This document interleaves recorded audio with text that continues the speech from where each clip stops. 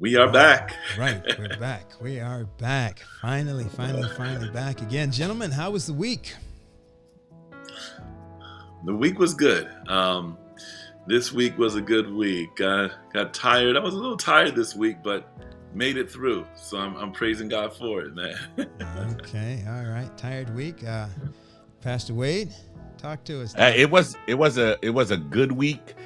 Got a major project done, but I'm so excited to have had the Sabbath come and be able to just fellowship and especially be here with you guys today. I'm so excited about today's program, so I'm really looking forward.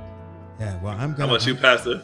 Yeah, I'm with Pastor Wade, man. It's good to be here with you guys. It's good to be with my church today.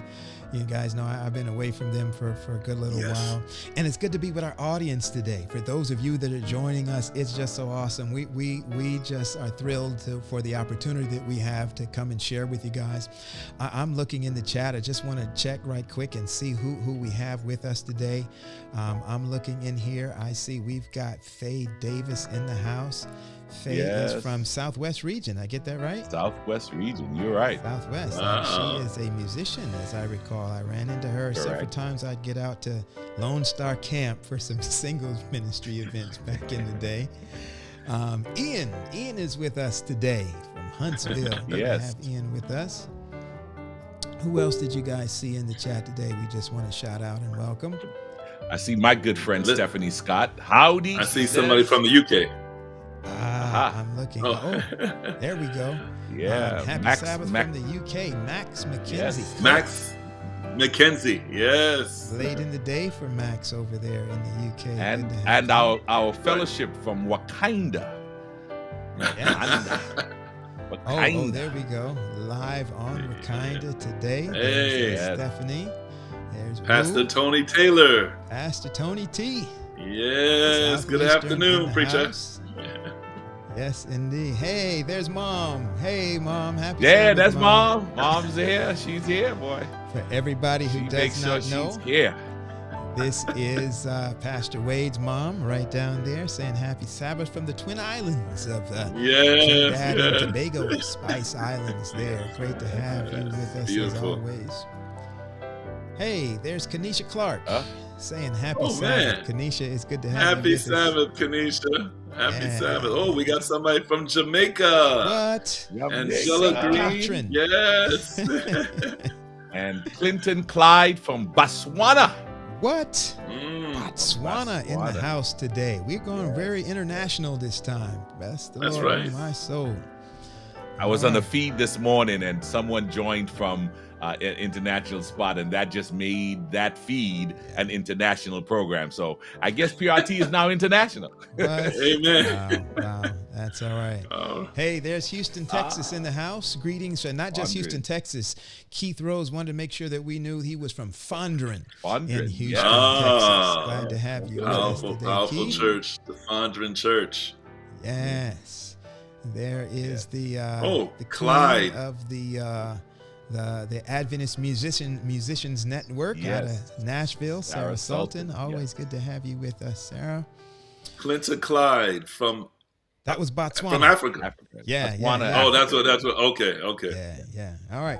Well, listen, we are just excited to have each and every one of you join us today, taking this time out of your schedule on a Sabbath afternoon. There's something else, though, we need you to do for us. You've joined us, and that's huge. But one more thing that we'd like you to do, if you'd be willing. Dion, tell them what it is, man. Listen, when you have good food, you have to share it, man. What? So we ask that you please share this feed to your friends, to your groups. Yeah. Share. This is going to be an amazing conversation. Yeah. Listen, and if you're watching on Facebook, you want to share, you can tag somebody. But if you're on YouTube, you want to copy that link and you want to send it, text it, WhatsApp it, whatever it is that you want to do, go ahead and make sure that somebody else has opportunity to watch it. Now, people can always go back and watch it after it's done, but there's nothing like being on the live. The live is just, it has a different type of an energy and stuff to it. So you want to make sure that you get somebody on while we're live. What do you say, Pastor Wade? That is so great. Yeah, it's so true. We want to get them because that helps us to help you in helping us to get more folks looking at it, the search engines optimization helps us with that, get the word out for Pastors Roundtable. But before we get going, I am excited. I am truly excited that I just want us to take a moment. This month is Pastors Appreciation Month. Yes. And this is Pastors Roundtable. I just want to take a moment, if you would join me, my co-host, to just wish all our pastors a thank you for all that you do, for your members, for your churches, for your communities. We just want to acknowledge our pastors who look, members who are looking. We want to challenge you to reach out to your pastor and just say, hey, thank you for what you're doing on this Pastors Appreciation Month. Absolutely. And listen, right. I would add to that and say that, pastors, we always think about, members and laypersons, appreciating pastors during Pastors Appreciation. Listen, pastors appreciating pastors during Pastors Appreciation. I learned so much from you guys and from other pastors, and the impact that pastors have on my life as a pastor. If it weren't for pastors, I would not be doing what I'm doing. And so that is true. I'm just grateful for the call that God gives to pastors, and for so many who answer the call and put their shoulder to the plow, and they just keep their head down, get the work done. It's just so motivational and so inspirational. If you want to, let's do this, gentlemen. Right. If you've got a pastor, I was going to say, go ahead, Doc. Yes. What I was going to say this, Pastor Paul, listen, let's challenge some of our pastors. This week, we're there in the final stretch of October, but maybe we want to challenge our pastors to appreciate another pastor this week. Just call them up, just send a text, just send a gift. Good. And let that pastor know that individual is valued. One more thing, I was doing a worship thought for a particular school yesterday, and I asked the question, Pastor Paul, Pastor Wade, I said, listen, how many of you want to be pastors? And let me tell you, my face, I was just smiling from ear to ear, because we had some hands going up in kindergarten, first grade, who want to be a pastor. And I said, praise the Lord. That's all right. Hey, listen, if you've got a pastor who's made a huge impact on your life, would you just tag them in the chat? Just type their name. If you're a friend of theirs on Facebook, just show them some love. Let them know that you're thinking about them, that you appreciate what they do. Just type that name. Somebody who's been influential, who's made an impact on your life, on your family's life. Just show them some love today as we celebrate what God has given to his church in the gift of pastors. So I know pastors take a lot of hits, and sometimes we deserve them. A lot of times we don't, and we get by with stuff. Somebody said, anybody have Benny Hinn's numbers? Hey, that's my friend. That's my friend. I might have to. Can we block her? You better not, baby. You better not. Hey, listen, let's get this thing going, guys. We're running behind now. We've taken a lot of time. Yes, sir. So gentlemen, we'll talk about last week some other time, because we got to get into this week. What's on the table today, gentlemen? Well, from last summer, our country has been reeling and reeking. I have to be honest with you. This topic did not come to my attention until Charlottesville. The issue that happened in Charlottesville, the tragedy that happened in Charlottesville. I am so excited that we are willing to step into the deep end. That's how I feel today. We are about to jump into the deep end and rip the Band-Aid off and talk about critical race theory and the church. All right now. Oh my. CRT and the church. You've heard about it on CNN and Fox News. You have read about it here and there. We get to talk about it here today on the Pastors Roundtable. So that's what's on the table, the critical race theory and the church. Dr. Henry, who's at the table today, my friend? Listen, every week we're just so blessed to have people who are willing to share their knowledge and expertise as we deal with these all-important topics. And today we have Dr. Skip Bell. He is a retired professor of Andrews University. He was a pastor, departmental director, administrator. He has been on several panels. He has work of scholarship and also presents in various different seminars dealing with church leadership. In fact, he was at one time the one that led the D-Men cohort there at the Andrews University. So we're just so privileged to have him here on the roundtable. And then the next one, I have to sit up for the next one, make sure my shirt is okay, because the next one that I'm going to introduce. That's right. That is, listen, this is my teacher. And Ron, your teacher too, and so many of us. Right.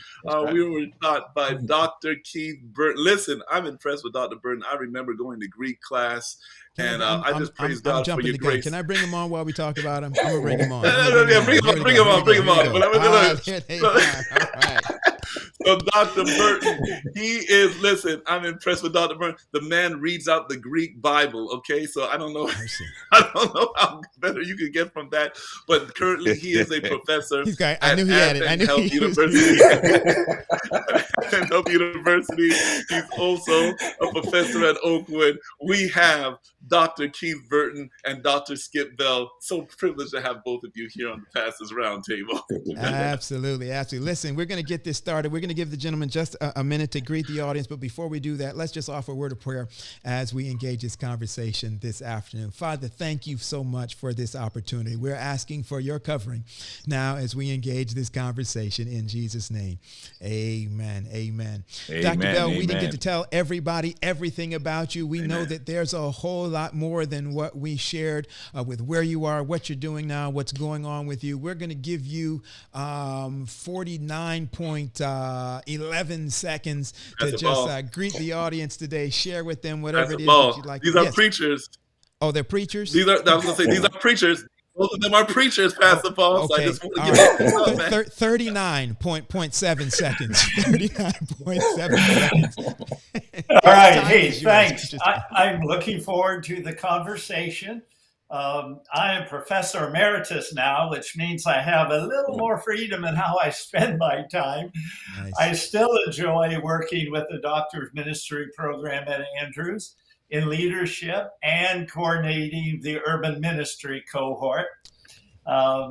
And we're splitting our time between Maine, where our son lives, and Collegedale, where our daughter, both families with grandchildren. We're loving it.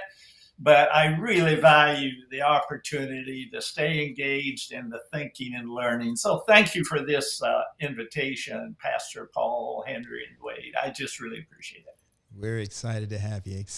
And thank you so much for accepting. Dr. Burton, are we giving him the same amount of time? Dion, that's your teacher, man. You got to. Amen. He's like, already got an 8. Whatever he wants to do, man. You sound like you got to pick this shit up, man. Well, it's just a privilege to be here. Yeah, it's a privilege to be here on the Pastors Roundtable. I actually feel like I'm with Anderson Cooper on CNN right now because you guys just do things so professional. This is great. But at the moment, I'm located in Orlando, Florida. Last year, I left Oakwood after many years, and I'm now at Advent Health University teaching the graduate program in spiritual care. I do still teach a class or two for Oakwood. Always keep that connection going, but I'm right now in Orlando. And I just noticed my sister from Jamaica saying hi. And so I'm going to say hi back to my sister. Yeah. Right. Yeah. Right. But it's a good thing to be here again. And I just love the work that you guys are doing. And guess what? Pastor Appreciation Month, Dr. Bell, Pastor Wade, Pastor Paul, and Dr. Henry. I appreciate it, all y'all. Oh, bless you. Thank you. Bless you. Thank you. All right. Well, let's. Oh, go ahead, Dr. Wade. No. Okay. Hey, let's go, baby. All right. I want to get wet. Get us wet. Hey, all right, here we go. So we've heard so much about this critical race theory. It is impacting almost everywhere we see, from politics to churches to schools. It's popping up in all of these places. And almost every time we hear critical race theory, we hear it in different contexts. So, gentlemen, I want to pose this question, and I'll throw it at Dr. Burton first, and then Dr. Bell, if you want to add it to that. We want to ask the question right out of the gate: what exactly is critical race theory? And can you give us any kind of a background or history on its development over time? Dr. Burton. Well, that actually seems like a simple question, but it's not. Critical race theory has so many meanings these days, but we're to look at it in the ideological development. Critical race theory is something that grew out of critical legal studies, and so it was something that was taught in law schools. And the brainchild behind it was a gentleman called Richard Delgado. He was a Mexican-American, and others who sort of embraced the theory, people like Derek Bell and Marie Matsuda. Matsuda, she was from Hawaii. Derek Bell, an African-American, as was Patricia Williams. So these are some of the early names behind at least the critical legal studies, which developed into critical race theory. That the first roundtable on critical race, I believe it was 1987, and Dr. Bell can correct me if I'm wrong here, 1989, University of Wisconsin-Madison. And basically, we're looking at the development of a theory that was being taught in law schools to sort of explain some of the racial disparities that we have. And so when we look at some of the basic tenets of critical race theory, we're looking at ideas about race, race being a social construction, and race being a social construction. And so when we look at the way in which laws are put together with race in mind, we see that at least critical legal studies, they're looking at this whole idea of the laws that relate to the peoples of America being inherently unjust. Because racism seems just to be structured in the fabric of these laws. And then part of the critique of critical race theory has to do with this whole concept of liberalism. And some may scratch their head because critical race theory seems to be something that's sided with those on the left, in a sense. But the critique against liberalism in critical race theory basically says that liberals, for most part, they're looking for a colorblind society and speaking about, equality, etc. And that may sound good, but color blindness doesn't take into account the reality of race in the not only history, but in contemporary society. And so when we look at critical race theory, then this whole idea of race being a social construct, the whole idea of racism being inherent in the laws, and the critique against liberalism. And then we also have this whole notion, another word you're going to see tossed around a lot, popularized by Kimberly Crenshaw from University of California, Los Angeles, UCLA. In fact, a lot of the theorists do come from UCLA.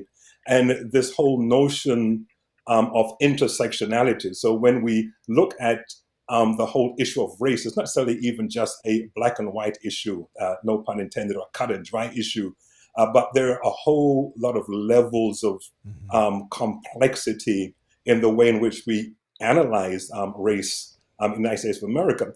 But now, when we look at the background of critical race theory coming from the legal academy, coming from law schools, we've seen that the term itself has been captured and usurped and redefined by sort of the right, by a lot of conservatives who basically look at critical race theory strictly in terms of race. And a lot of times has to do with blacks, the sort of angry black man and wanting to sort of stick it to society in a sense. And that's the concept of critical race theory, I think, when it's sort of watered down on the news, on Fox News, on CNN, MSNBC, etc., when you see them talking about critical race theory, not so much in MSNBC, more of course on Fox and CNN, sort of in between. But what we basically see is this whole watering down and dumbing down of what this very complex theory is. And so they're talking about, oh, you can't teach critical race theory in schools, like kindergartners can understand legal theory, And so, but it's been very successful. It's been very successful, and they've kind of created this bogeyman. And unfortunately, many people are responding to the bogeyman that has been created and don't understand the tenets behind the theory. Wow. So then, Dr. Bell, so it sounds like from what we're hearing from Dr. Burton, so critical race theory, is it almost sounds like now, as Dr. Burton explained it, that it's not a thing itself, but it sounds like it is a mechanism by which to understand some of the issues that have impacted race. How would you respond to that? Is that the case, or is it a thing itself? Are we teaching people how to this is what to think, or is it teaching them or giving them a framework in which to understand race? Thank you for that comment and question, and thank you, Dr. Burton, for that introduction. I'm going to suggest we could spend just a few more minutes unpacking this thing. So allow me to do that, getting Pastor Paul to your very specific question. See, Christian life and witness is lived out in the public square. So this question regarding CRT cannot simply be postured like some political football, which it's become. Now, I want to share my perspective on this. CRT is an assertion in the broadest terms regarding human relationships. And yes, it's about 40 years old, wow. 4 decades. And it's an academic concept that has created a sense of a tool for division when brought into a simplistic conversation in some of the media, etc. Core to the concept, as rightly understood, and I'd suggest we all need to kind of say, let's rightly understand CRT. It is race as a social construct. Now, that might seem obvious, but in the perspective that I would bring to this conversation, it's not obvious. But what I mean is this: some will say, well, race is just a matter of skin color, just ignore it, and then all problems are solved. Should make no difference. Now, while I want to respect that view and appreciate a sentiment towards optimism regarding equality, race is far more complex when we consider if or how racial distinctions or histories have played a role in our human interactions. In the broadest sense, CRT regards human relationships, and carefully considered, no American, most Americans would not deny that race is real in our human experience. And I'd like to say no Americans would advocate for racism. I would be wrong in that. Very few Americans, disappointingly few sometimes, would advocate for racism when it's understood as discrimination, antagonism, or prejudice directed toward a person or people on the basis of their membership in a particular group, racial or ethnic group. But here's a unique thing about CRT that does bring us around to your question. CRT asserts that racism is not simply a matter of individual bigotry. This is not an accusation toward an individual about present bigotry. It's about systemic conditions that have come to pass in the place where we all live and share. Now, I can't step out of that. I can't say, oh, I'm no longer going to be a part of the American system and then ignore CRT. It's an unfortunate, factual, historical pattern of racism or people on the basis of their membership in a particular racial or ethnic group, and asserts that it's not individual bigotry, it's systematic. It's concerned about outcomes. I think a simple way to say it is it's about outcomes that have carried over into American life. What's not inherent, Pastor Paul, is an assumption regarding individual racism. To have an intelligent, reasoned conversation about CRT is not some assertion that all people of one class or group are racist. CRT is not an assumption regarding individual racism. Few of us would deny our American history. My goodness, slavery, convict leasing.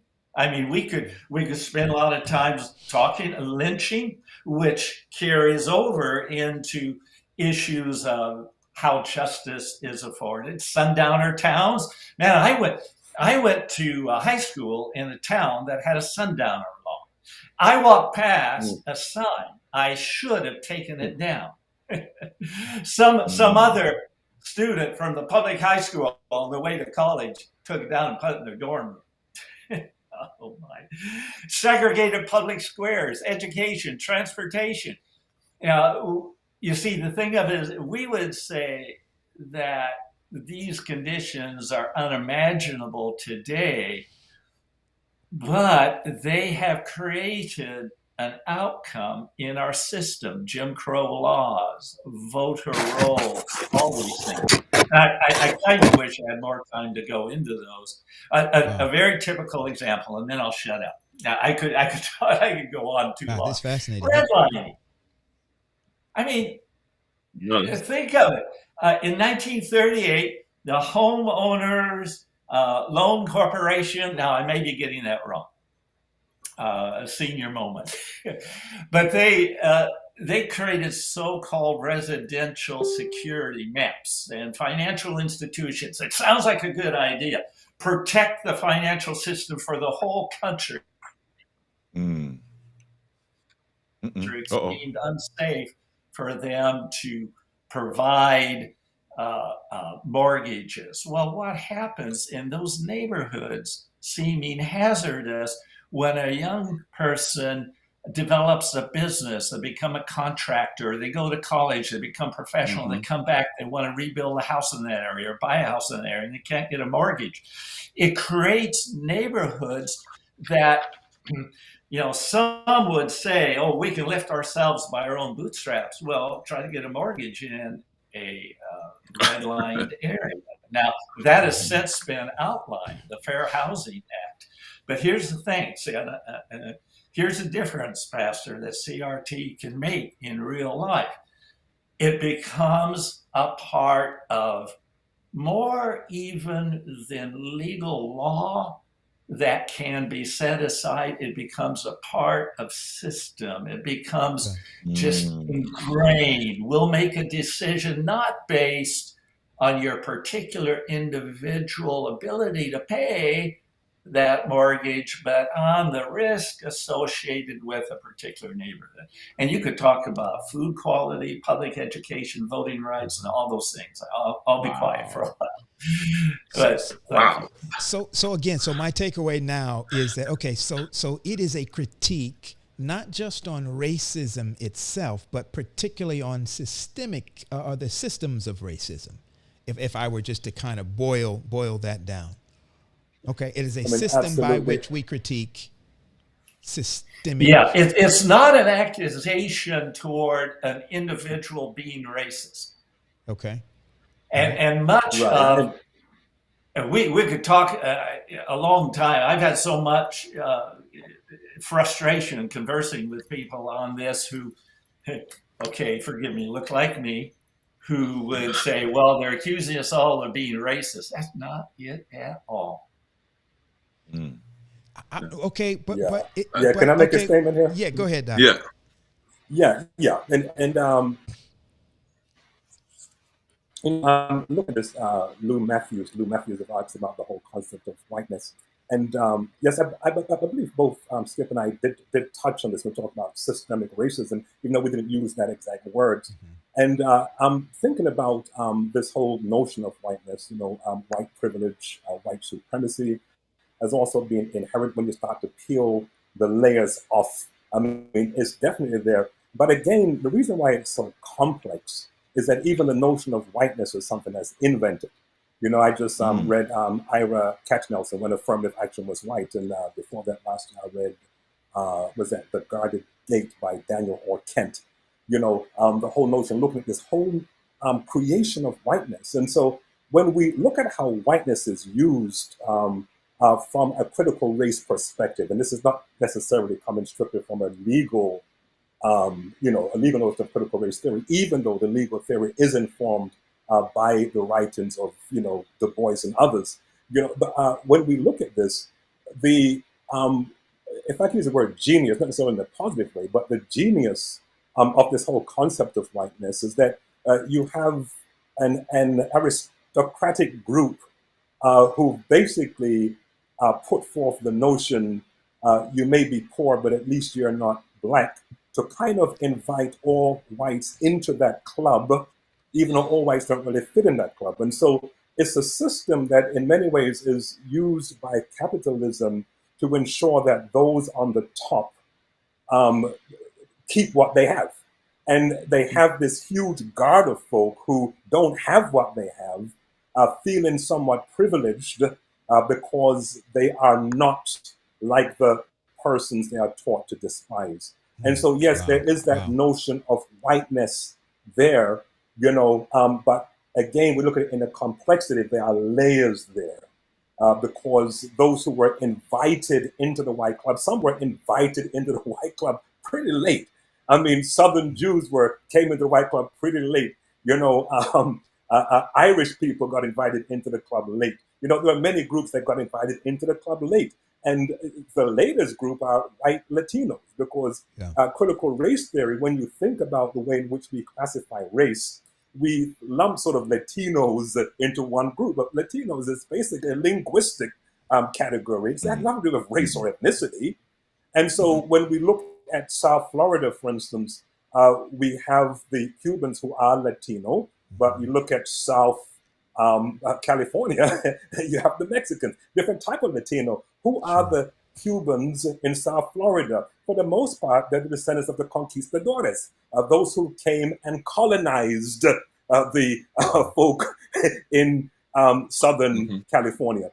And so again, it's complicated. There are so many different layers, but it's the way in which whiteness is used, very malleable, but it's usually those people on the top, the aristocracy, the oligarchy, those few who want the power, who basically invite people into the group at will so they can protect what they have. Wow. And it's interesting because in that foray of that discussion, my mind goes back to the 1776 and our independence, American independence and all that. And I don't think a lot of people realize that when it comes to issues like voting, that at that time when the American colonists were fighting for independence and at the birth of the new nation, that every white person did not have the right to vote. So they had not been, it was poor white people had not been invited into that club either at the birth of this nation. So you had to be a landowner in order to have the right to vote, even here. And it wasn't until later that disparity between color now began to draw lines that began to impact power and authority in a voting type of a sense. So that's very intriguing.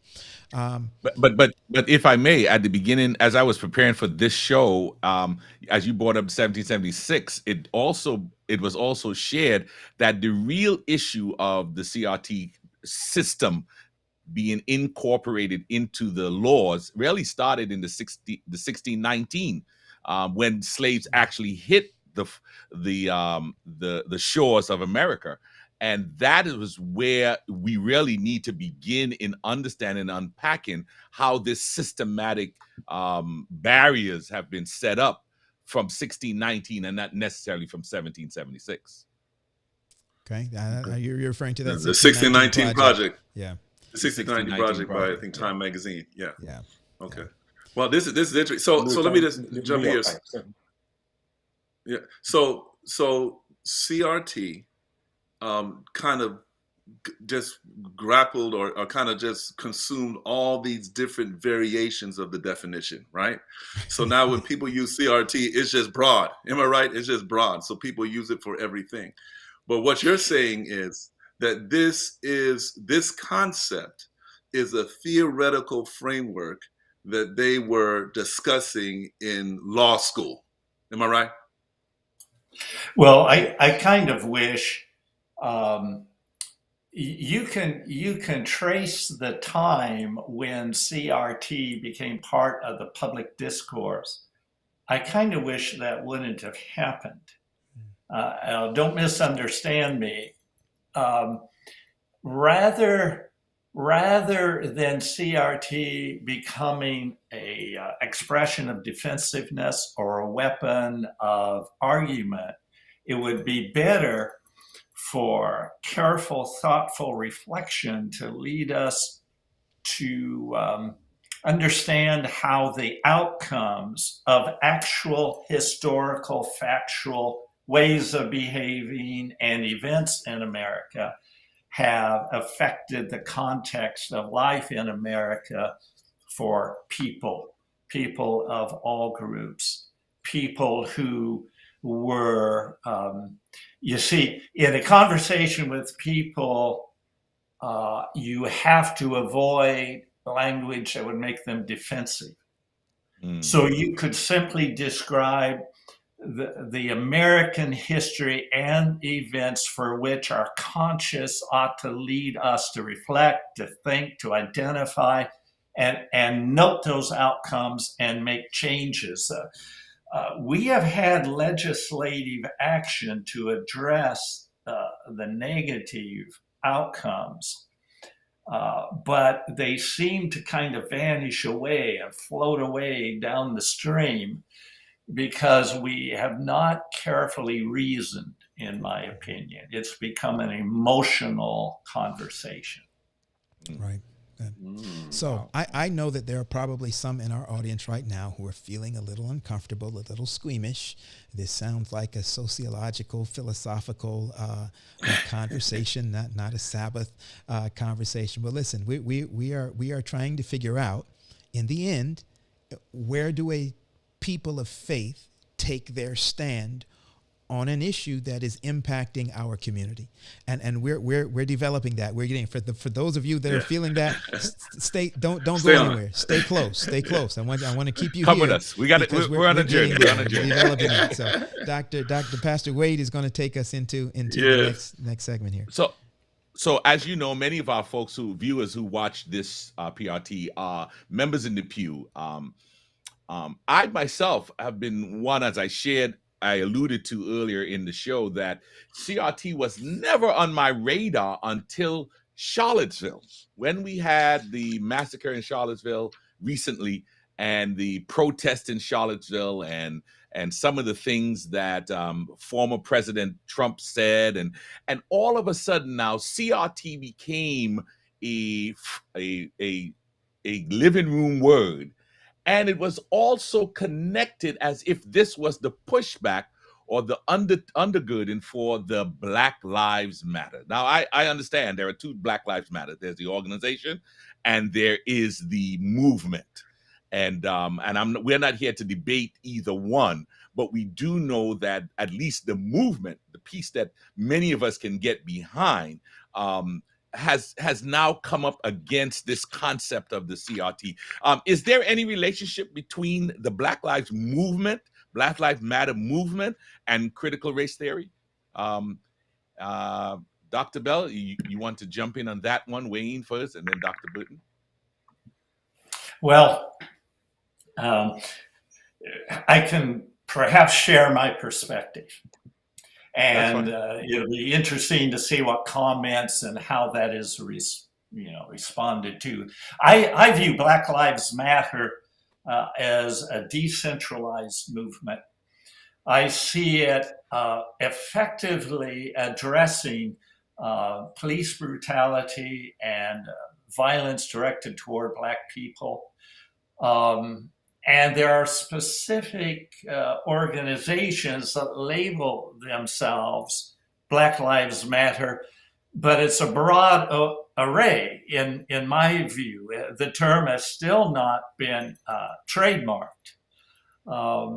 And yes, there were 3 very concerned women who launched it initially I think it was after the Zimmerman attack on Martin, and I'm thinking that that's when it began, this vigilante clearly, I'll moderate my language a little bit, clearly identifying someone in their neighborhood who they felt might be trouble, because not good trouble, bad trouble, because of their racial identity. And so Black Lives Matter emerged. And then, of course, you have an endless list of persons who have died, and some of them just shockingly, the American conscience cannot deny it because of police video cams, etc.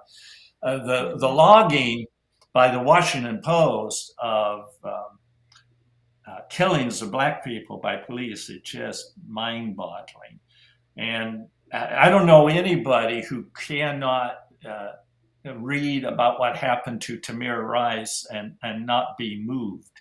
My wife and I participated in a Black Lives Matter march in our town, a few thousand people up in Portland, Maine. And the organizers, yes, were from out of state. But it was very peaceful, very positive, both informing and expressing. And I personally value the Black Lives Matter organization and movement. I know there are people who chide me from a context that I might be in on frequent occasions for such, and associate it with things that Black Lives Matter, for the most part, is a peaceful and positive citizens' protest against the violence provided by our police. And to deny that it is systemic, I think, is a little naive. To say that every police person would behave in a way that a few have is also incorrect and doesn't serve the Black Lives Matter concern well. We need to address a social issue that is systemic and do it with our eyes open and with honesty and integrity. Now, that's my perspective from where I come from on Black Lives Matter. Okay. Dr. Burton? Yeah, thanks, Dr. Bell. And continuing, as we look at the intersection of the Black Lives Matter movement and also critical race theory, particularly as it's rooted in the academy, the Black Lives Matter movement is basically, I think that's what really put the boots on the academic theory.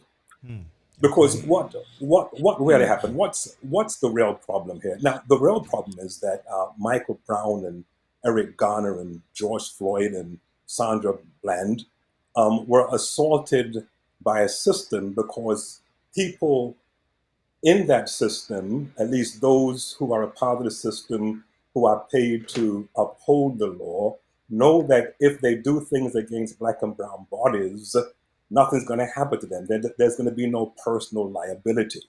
Okay, and so if you're looking at critical race theory as a legal theory, then we are looking at such things as, should police officers be held personally responsible for actions they take that cause the death of other human beings?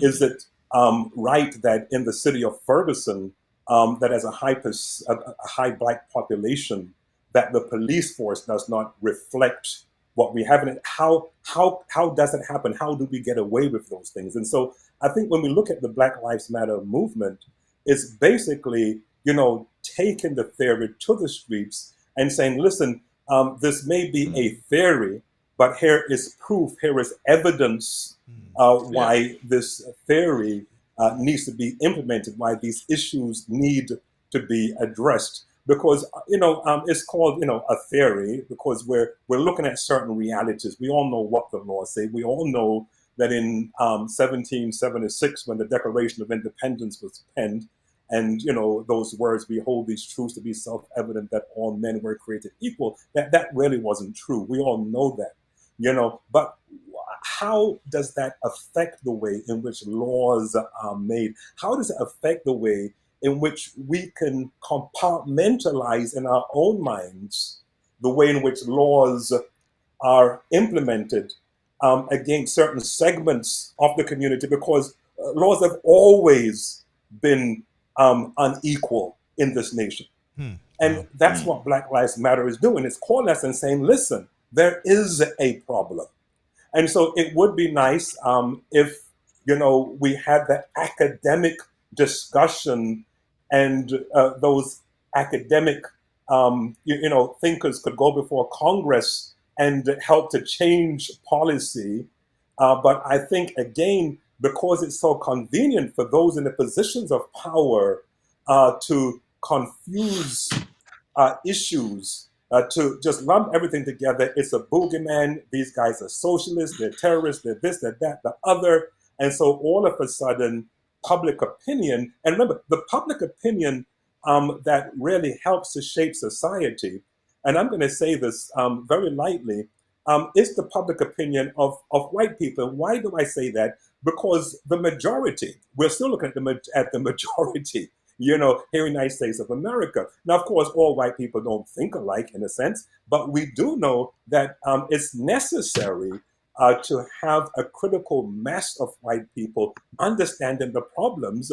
Otherwise, we have issues like we just had, where there are, a significant number of the population, which is unequally distributed according to race, who get behind a supremacist president, who get behind all these attempts to tear down voting laws, etc.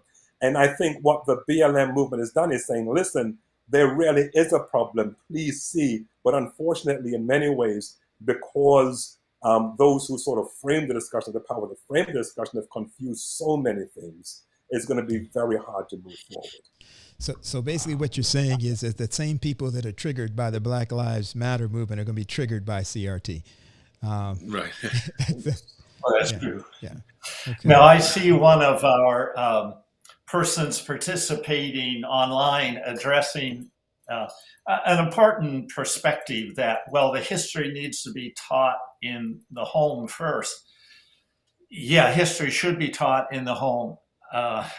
Here's a problem. The bias will determine what history is taught in the home. Yeah. And so I think we need to have an active voice regarding teaching in public schools. I think it has to be said carefully. It has to be said in a way that could actually accomplish something. I think there are about 13 states, mostly in the South of the United States, who have recently passed laws against teaching critical race theory. Now, I spend the winter and spring in Collegedale, where my daughter, son-in-law, and 2 grandboys are, in the state of Tennessee. And I read the Tennessee law. I'm not suggesting you should be reading all the stuff from Congress that goes on, but you should read this one. Because one of the things that it says is that teachers must not teach subjects. What are the words? Somebody can look it up online, that cause shame or feeling of guilt in a student. Well, good grief. Come on. That means we shouldn't teach about lynchings. We shouldn't teach sundowners. We shouldn't teach the problem people have voting today simply because of their color, because somebody could end up feeling ashamed or guilt because of it. So if a teacher wants to teach history of those events, they should not. How are history teachers going to teach about the Trail of Tears? I mean, if you teach in the South, you should teach about the Trail of Tears. How are you going to teach about the Civil War? How are you going to, if you're a teacher in Tulsa, Oklahoma, are you going to ignore what happened in that city? I mean, come on. Those laws are vague, and they're meant to politically satisfy voters from a far-right political spectrum, and they're not guided by careful, reasoned thought. Information, don't sell any people short if they have the right information. Don't sell me short. Let's sell anybody short. Careful, reasoned, accurate information can have an effect and empower change. Not instantly, but over generations it can. So I would make the case that these laws against teaching CRT, or any initiative taken on the part of any organization, religious, including my own, to say we shouldn't talk about CRT, that's misguided. It's not the proper response. You probably ought to stay on a level that an elementary or high school student can understand about events happening and ask them to critically think. Just like Jesus said, "Who is my neighbor?"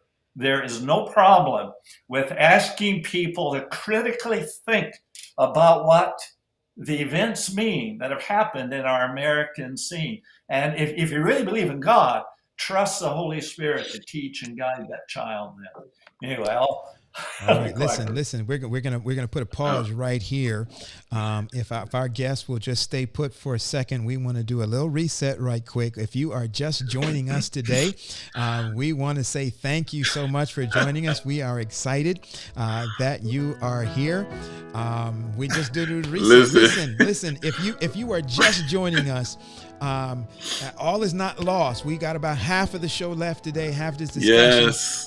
Dr. Bell just took us into some deeper waters, Pastor Wade, and we started talking about education. And I saw you in there, Tiffany. I saw that question. I know exactly we coming. Where you're going. We're coming there. Listen, but right quick, before we get back into that discussion, Pastor Henry, Dr. Henry, what do we want people to do if they are watching on YouTube for the very first time? Listen, we want you to share it. We want you to share this conversation. And if we want you to put some stuff in the chat. Look, Pastor Paul, I appreciate our viewers. They're right with this conversation. I mean, they're making sure that we got our names right and everything, man. So this is a good conversation. It's very important. And as you see the next half, I think it's really critical, even for our denomination, to understand this theoretical framework and how it has impacted our church. Okay, good. That was a good answer, Dr. Henry, but it wasn't the one I was looking for. Pastor Wade, if they're watching on YouTube right now, what do we need them to do? There you go. Hey, they need to subscribe. They need to subscribe and they need to subscribe. Just subscribe. We want you to be a part of what's happening, and I want you to know that once we're finished with the discussion, it's not done. We're gonna circle back around. This one is, I think, this one has the making of part 2, 3, 4, and 5, because what we just learned in that last 30 minutes, I'm just like, my mind is just blowing. Not because I didn't know because the way it's now being offered. Like I shared, the first thing I heard about CRT was after the Charlottesville incident, and now it's really making sense of some of the things that we're up to.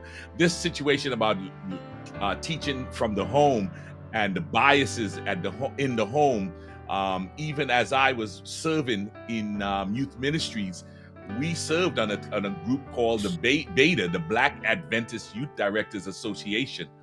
And even in that grouping, we had some questions about how we minister to the wider church. And some of the things that we're talking about today is really making sense. So you want to be a part of PRT, especially continuing the discussion, subscribe on YouTube, like, and share on Facebook. And the Pastors Roundtable website. Pastors Roundtable website, where you can go there. You can find all of our past discussions. You will be able to go when this show is over. By about midweek, you'll be able to go and even check out some of the show notes, any of the resources that our presenters have, our guests have to share. We will put them in the show notes, but you will only find them on the Pastors Roundtable website, which is, man, I can't remember what it is. What's the PRT.live. There you go. How could I forget that? The PRT.live. So check that out. Thank you again for joining us. You had some time now to share this if you haven't shared it already, because we're getting ready to jump right back into the next half. Yes, Here sir. we go right now. All right, welcome back, gentlemen. We are back. And what a great discussion regarding this all-important topic, this theoretical framework. We want to go right to the church now, because what impacts our society somehow impacts the church. We don't operate in a bubble. We operate within our society, of course. We views and so forth, and we try to reach a higher standard, but yet the social our society still impacts us. And when I was there at Andrews University, wonderful school, I think it was the Light Bearers. We read that book and the history of the church, and wonderful stuff. But then there was another book that came out by Dr. Rock some years later. And the book is called Protest and Progress. And it highlighted stuff that I didn't see, in the former book. And so it talked about how, race, how it impacted the institutions and so forth. So I want to come to our guests here. We could start with Dr. Burton and then go with Dr. Bell. How has this the theoretical framework, actually the tenets, we put a name on it, but let's talk about what the theory suggests, embedded laws, or even policies that actually create a certain wave, or a certain way that we do business. It affects our organizational culture, right? Racism at times. So how has this impacted our institutions within the Seventh-day Adventist Church, whether it's our schools, whether it's our union, the conferences, or even in our healthcare system? Dr. Burton. Okay. Now, in order to address this, Dr. Henry, I'm probably going to have to broaden the definition of critical race theory that at least I've been using so far in the discussion, because so far in the discussion I've looked at it strictly from the legal lens. But I also know, when a couple of people have mentioned this, as we go back to the works of Carter G. Woodson and others, that the concept that is now being known as critical race theory can go beyond the sphere of the legal to the sociological and maybe even the ecclesiological. And so using that broader definition now, we have to come to terms with the reality that the Seventh-day Adventist Church is built on the same racist structure as the United States of America. And so the church at its core is racist. And what coming from a critical race perspective, we need to say, okay, Burton, you've made a very strong statement. What do you mean by that? Well, I mean, how many Sabbath school quarterlies have we seen come out recently with a black Jesus on it?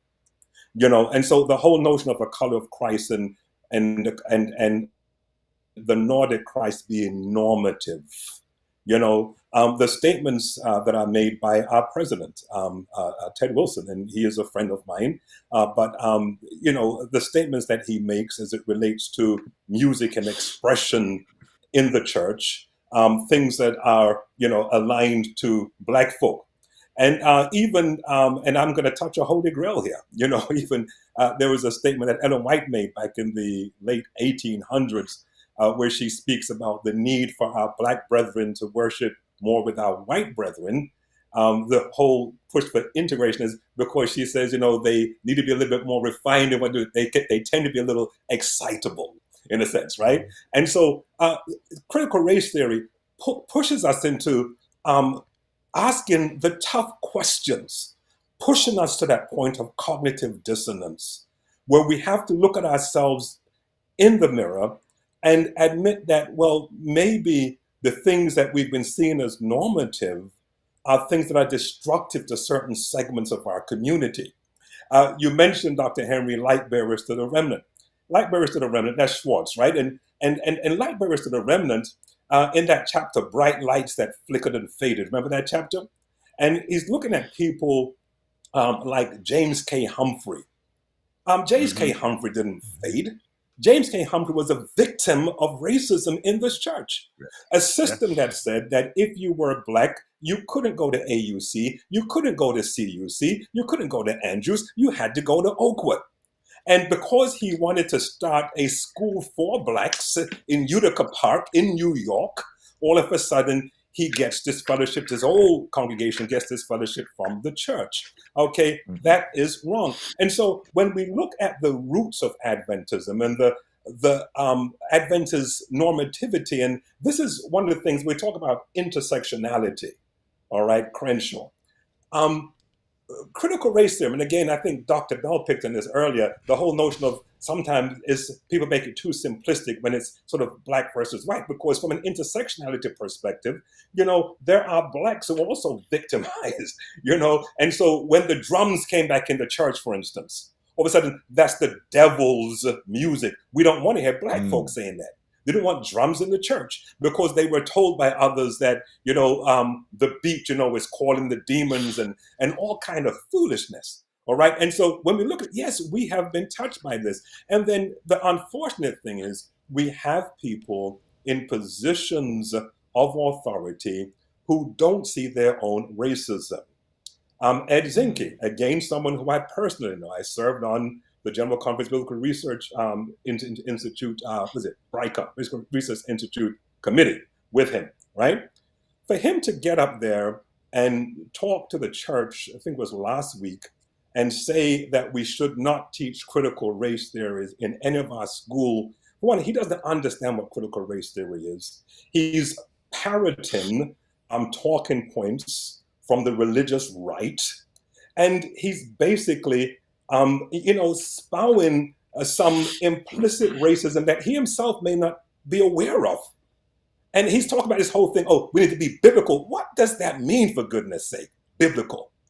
Because the Bible, as we all know, we've all done theology, we've taught theology, we studied theology, and everyone reads the Bible through their own lens. So what does it mean to be biblical? When I hear that statement, I hear, well, you must read the Bible through Eurocentric lenses. I'm not going to do that, okay? And so critical race theory, I'm not saying if I'm giving you more than you asked for, Dr. Henry. I'm not sure if I'm giving you more than you asked for, but basically... Well, you're giving it. It's rooted and grounded and pressed in our church, you know? And again, I don't think that a lot of people who are spouting these positions are doing so consciously, who understand the hurt and the pain that's happening. who, I don't think they understand the power of colonialism.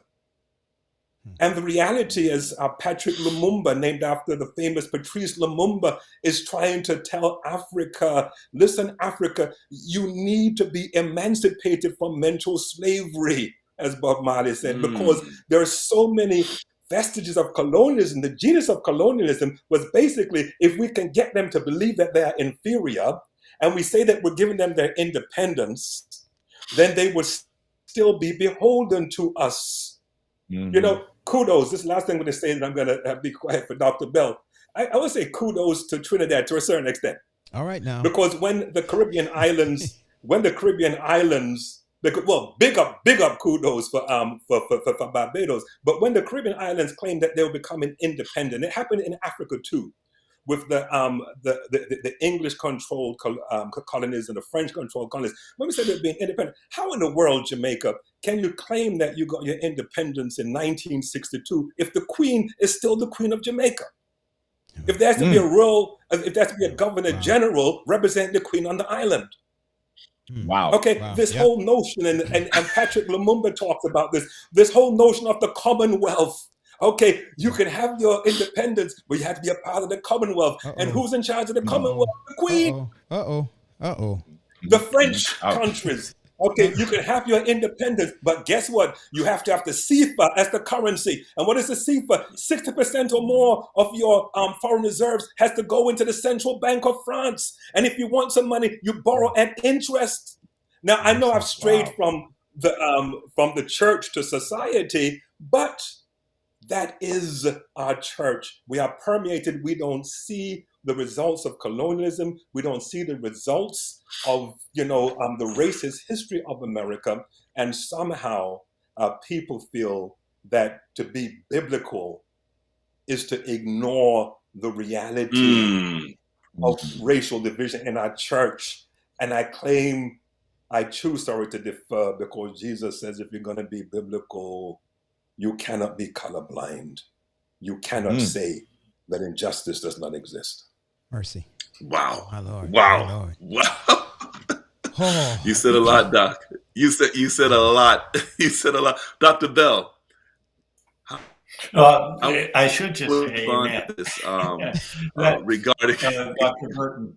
That was very, very well said, and thoughts kept coming into my mind, and I kept reading the chat line. I'll just comment to further the conversation, but I think listeners and all of us together capture those lines of the last 5 or 7 minutes. We're part of society. The church is. We cannot claim to be some sanctified remnant group when we act very much like the society around us. I think one thing is we need to have a humble identity with that reality of being part of the public life. So in that condition, to do better in understanding the systemic outcomes of racism is an opportunity.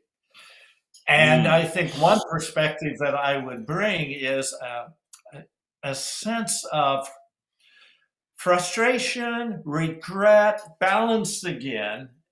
And it's easy for me to say, because look how I look. I can measure a bit of progress occasionally. Okay.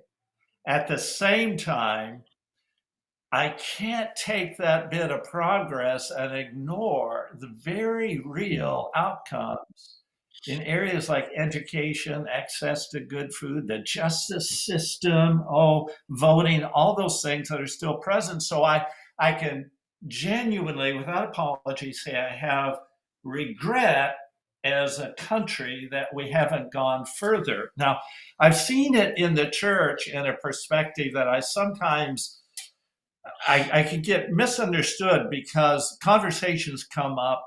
Well, the church is the most segregated, Sabbath morning, the most segregated moment, or Sunday morning in the broader Christian context.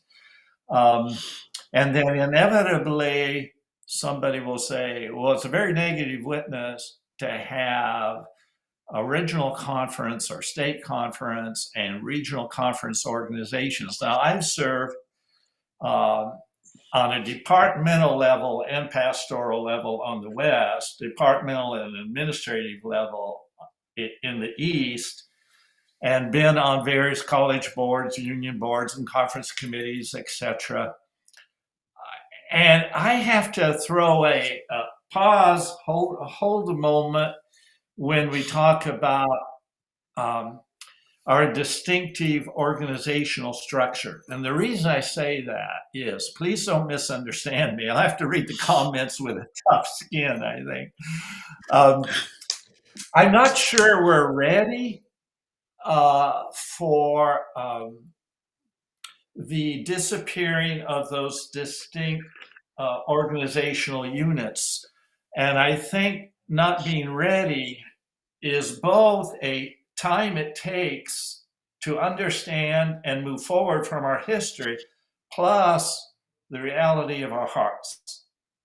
I think it's both. I was on the Columbia Union Executive Committee, and one of our colleagues, a president of one of the regional conferences, would constantly come, and the moment devotion was over, open his newspaper, just start to read his newspaper. And I kept thinking about that, month after month after month. And when I served on the Atlantic Union Executive Committee, I could truly understand. We each come from a cultural history and respect for our cultural histories, especially when, oh boy, I think it's a little easier to understand the problem when you've got the pain.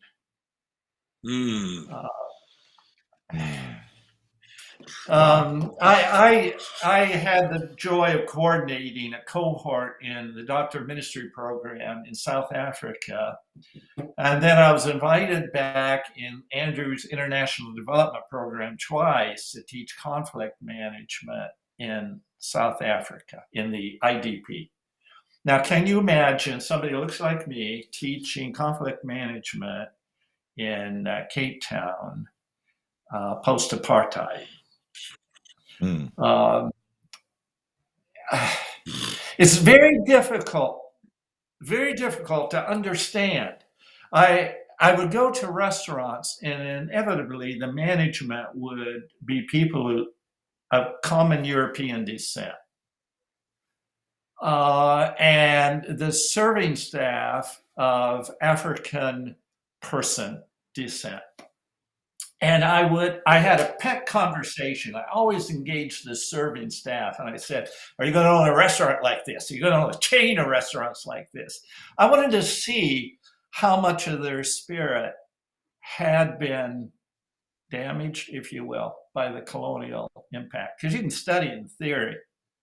I can tell you, not once, and I had dozens of such conversations. Now, thankfully, you can probably correct me, and some on the comment line will correct me, I'm sure, that this is not a fair generalization.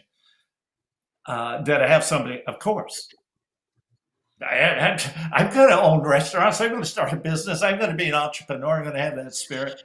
And I had to facilitate the Association of Theological Schools doing the accreditation sites for our Doctor of Ministry program in the Cape Town area out there in Somerset West, which is a different culture than Cape Town. But we had participants who were more genuinely a part of that country and culture. And of course, I just misspoke. That's not fair. But also they did the facilitating work for our cohort in Russia. And I'll never forget one of them, a gentleman named Willard. And he said, colonialism, after he had done both and in debriefing, and they had spent considerable time interviewing constituents and students, said colonialism has been much more damaging than communism has been in the human scene. Wow. Well, and I think my experience, I'll just wrap this up here. My experience is in the West, resources, energy, and interest without consciousness, not with intentionality, without consciousness, part of the system, was toward people of my neighborhoods, people that looked like me. And it wasn't an intentional systemic racism. It just was there. Now, that's in the West where there are no regional conferences. I'm not suggesting we have regional conferences in the West, but I'm suggesting that, again, this is a far more nuanced, difficult conversation than we sometimes think. Now, I'm sorry if I have misspoken in some ways. I'll be quiet for a while now. But I need to jump in here because you just hit on something. I'm of West Indian descent. I was born in the island of Trinidad, and as I always share with young people and with others, my concept of the racial tension in America was non-existent because I grew up seeing African Americans or blacks leading country and church and those things. And so when I came to America, it was a little, I didn't have an eye to the problems that were being faced by our community. It's not until I got into the church or got into understanding the history did it really impact me. And as a Caribbean person, I obviously jumped on the side of African Americanism in terms of, because I look more like that and understanding what's happening. I felt the pain. As you said, Dr. Bell, but there are some young people today in our church who are not feeling the pain, and they're kind of like, well, we need to do away with the regional work. We need to do away with this. We need to do away with that because they don't have importance today. But yet still there are those who are still alive, because we have a number of generations alive, who are saying, no, we need to remember the pain we had and hold on to the things we have gained. And critical race theory seems to want to take that away based on the understanding that we have. How can we speak to our young people dealing with what they're facing with today and what we know as history for where we are today? Dr. Bell, Dr. Burton?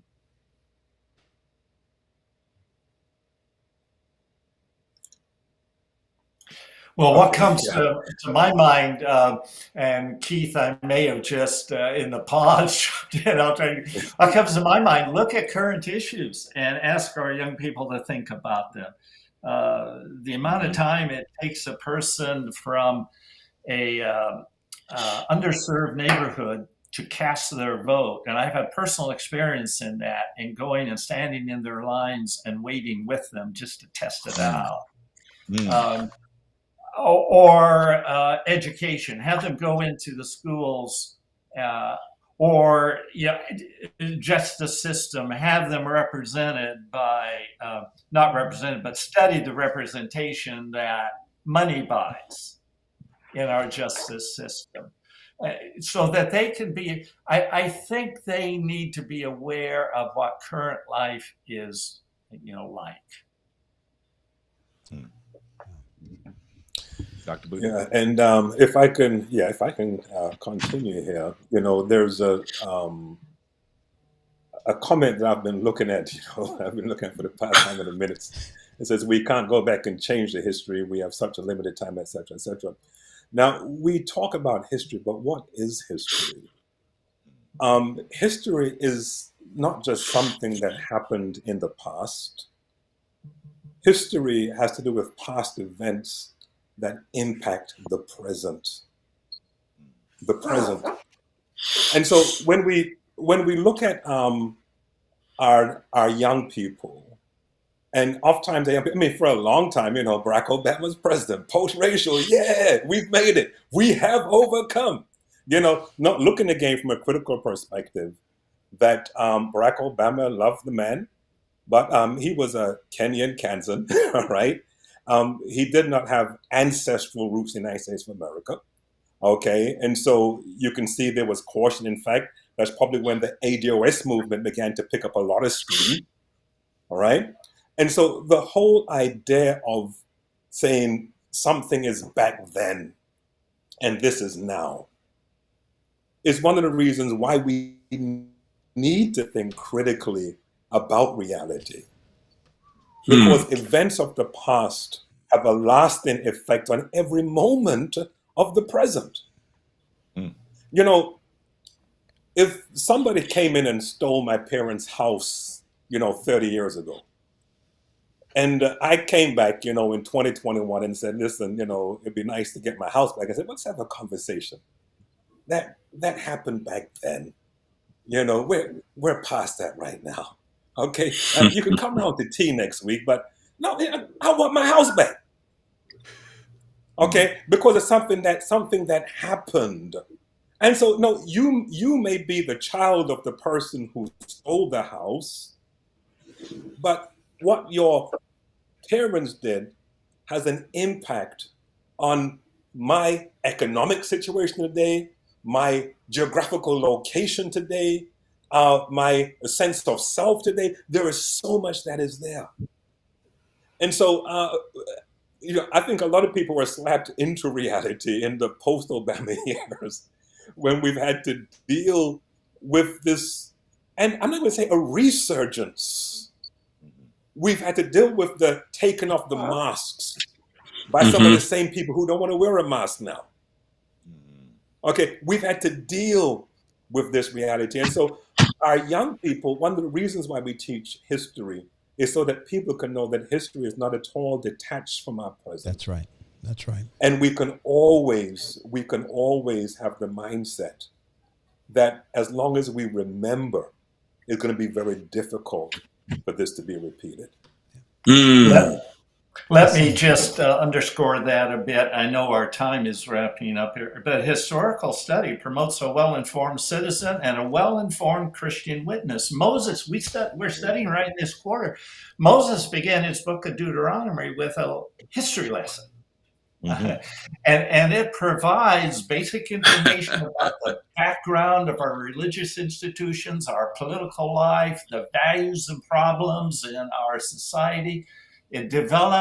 History develops our capacity to use evidences as we analyze things, to assess interpretations, to analyze change. These are good habits of the mind. Informed people think, and we will function. There's a language that everybody across the Adventist spectrum would appreciate. Informed minds of people who can think will function as better evangelists in the public square. Wow. Can I say one more thing, please? Because I've seen a couple things come up again in the point, and has to do with sort of the Caribbean,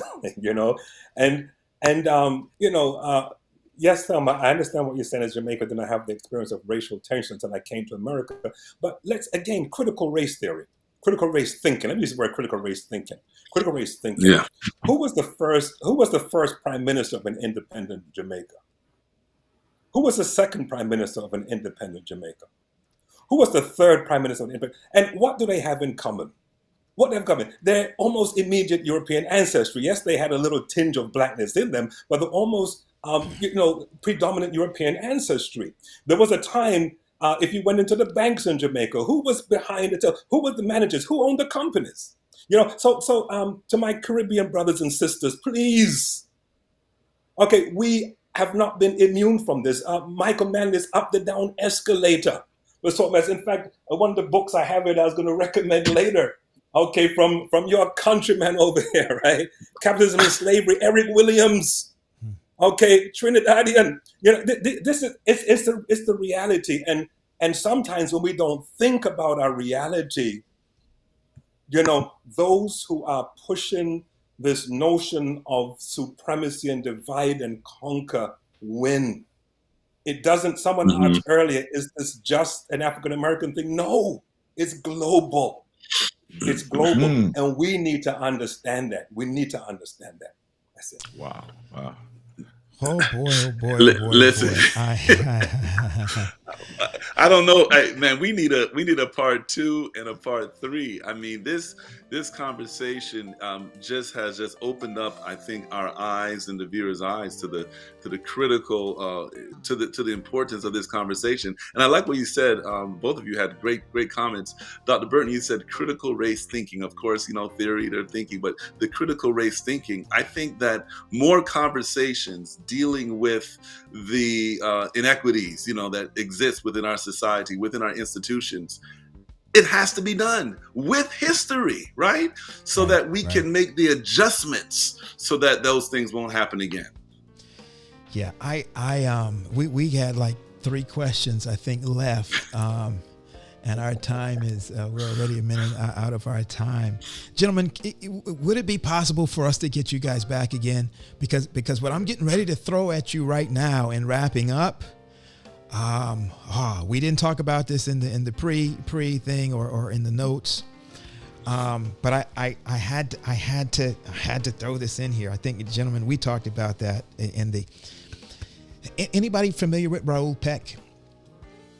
Raoul Peck recently did a documentary called, it's an HBO documentary called Exterminate All the Brutes. If anybody has ever watched that, any of our audience, I'd like to know if you've seen that.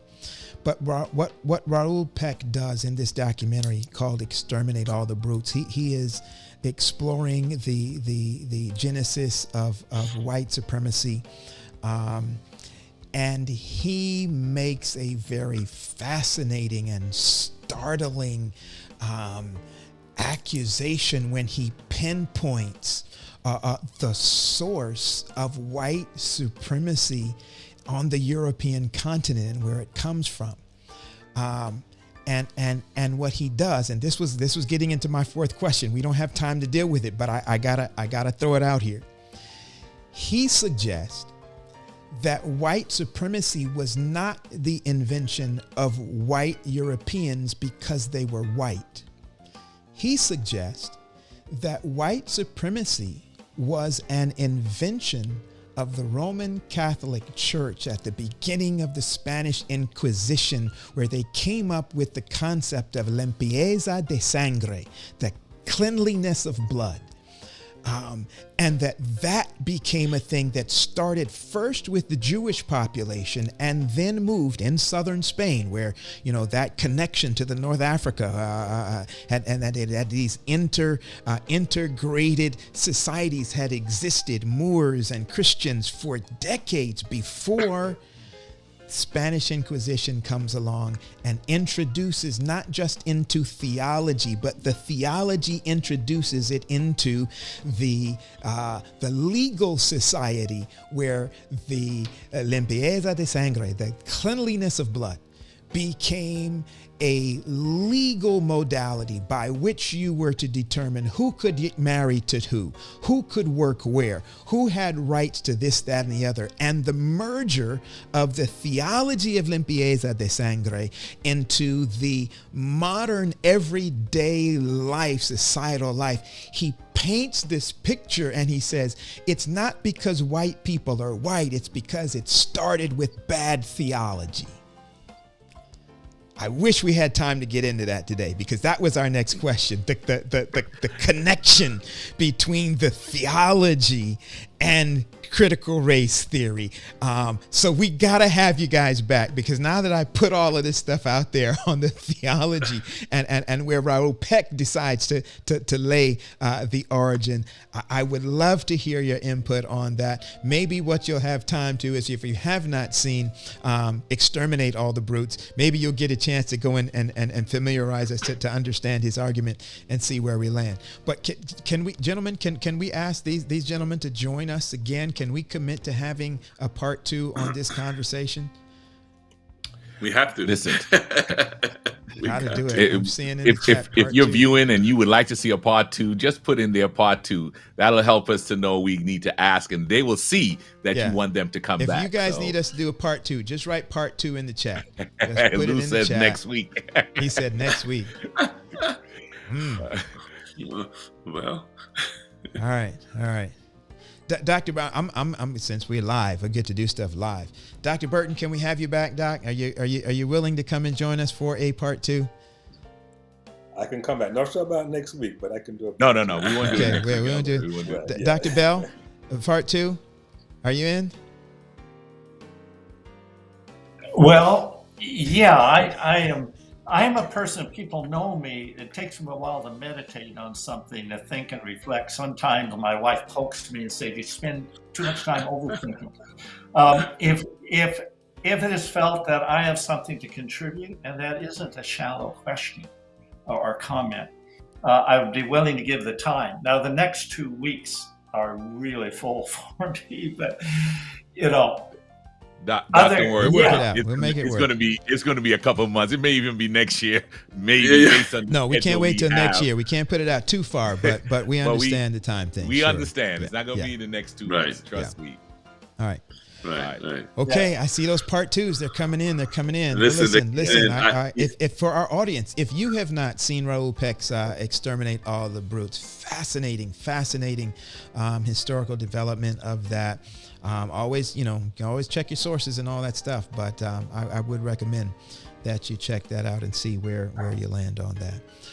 Well, Dr. Bell, our folks want you to come back, so you have something to contribute. We felt that way too, so we're excited about having you be back with us on the Pastors Roundtable. To Dr. Burton, always a pleasure sitting at your feet. I even took my pad out and wrote my notes, so I have my notes on this one between Dr. Bell and Dr. Burton. This was truly a wonderful exchange. I got to say, it was a wonderful exchange. And thank you again, Dr. Bell, Dr. Burton, for giving us the time to tap into this very interesting conversation. You kind of steered me in the right direction personally on understanding critical race theory. I thank you for that from the bottom of my heart. On behalf of those who are looking on, those who are viewing, I just know they too have felt that this was truly one of those conversations that actually edified us as members of the Seventh-day Adventist Church. So thank you so much. Absolutely. This is just fascinating as we continue to delve into these topics where we find this intersection of theology and social issues, the theological impacts on social issues. This is the series that we're engaged in. On next week, Dr. Henry, what are we looking at? Well, listen, theological implications regarding the LGBTQ plus community. So, you missed the alphabet or two. Hey, listen, depending on what source you look at, there's different, names that will, qualify the individuals there represented. But here's the thing, as we deal with these social issues, I think it's really important for us to know where we stand biblically, theologically. And even as we dealt with this topic here, critical race theory or critical race thinking and the tenets of it, one of the things that I think we'll deal with the next time is we kind of talked about the impact of what it has on the institution. But as a church member, I think that was one of the questions.